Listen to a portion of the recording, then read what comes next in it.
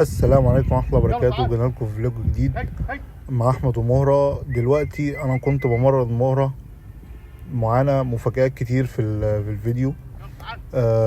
النهارده انا جبت مهرة دعم، الحمد لله جت اول يوم اهو في ارض التدريب، جت دعم.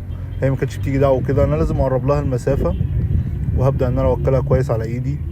هسيبها شوية، بعد كده هبدأ ان انا انزلها تاني وهدعيها تاني. طبعا هي لسه الميزان بتاعها لسه ما اتظبطش، لسه مش عارفين الميزان بتاعها.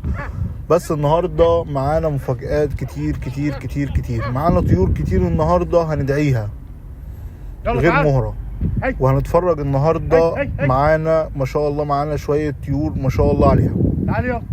هبدأ هنا ادعي مهرة تاني، ما شاء الله جات اهي والحمد لله. يعني طبعا هبدأ ان انا اوكلها واطمنها وخلاص. يعني انا خلاص انا بحاول ان انا اعودها دلوقتي اكتر وقت ان احنا نبقى في ارض التدريب. تمام. هبدأ ان انا انزلها. انا في اكل وقع من ايدي، رحت منزلها هنا. وجينا هنا للباشا استاذ عاطف، معاه صدرة، ده عقاب ستيب. بعد كده جبنا هنا فيروز ما شاء الله، صقر وكري ما شاء الله عليها، جبنا بيها مسافات جميله جدا جميله جدا جدا. طبعا احنا بنبتدي بمسافات قصيره بحيث ان الطير يعرف ان احنا معانا الاكل والكلام ده كله، بحيث انه يسخن على التدريب. تمام. هنا الباشا كان بيوكلها. تمام. هيبدا يرجعها تاني. يعني هتبداوا ان تشوفوا بقى احنا هنا ضعفنا المسافه اضعاف زي ما انتم شايفين كده ما شاء الله على فيروز. الاستجابه بتاعتها جميله جميله جميله. هنا المسافه دي ممكن تخش في ال100 متر. طبعا فيروز وقعت هنا في الارض، او مش وقعت، هي نزلت على صخره، الحبل تقيل في رجليها، فاحنا بنشوف برضو بنحاول نشوف لها حبل خفيف اخف من ده. بس انتوا لو هنقرب مثلا هتشوف ان هو جابها. بعد كده هو فيروز ناصحه جدا، بعد ان هي قال لها ترجع تاني على الصخره اهي زي ما انتوا هتشوفوا.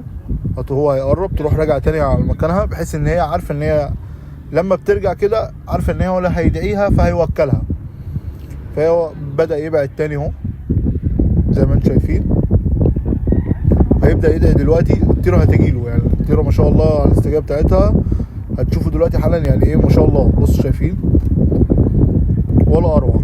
انا بصراحه بدات اميل للصور اكتر. يعني بصراحه بدات ان انا اميل اكتر للصور ما شاء الله، ربنا يحفظها له. بعد كده دخلنا بقى في تدريب بشرى. يلا نادي العقاب الستيب يجي اللي كان جاي انقاذ.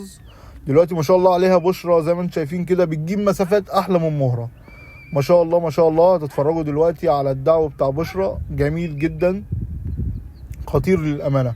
بشرى خلاص، يعني خلاص فاضل لها سنه وهنفكها. يعني اتفرجوا معايا كده. بشرى ما شاء الله عليها الاستجابه بتاعتها بقت حلوه جدا. طبعا هي بشرى مشكلتها ان هي كان عندها مشكله مع الناس، بدأنا ان احنا نحسن سلوكها. وانتظروني في فلوج جديد. سلام.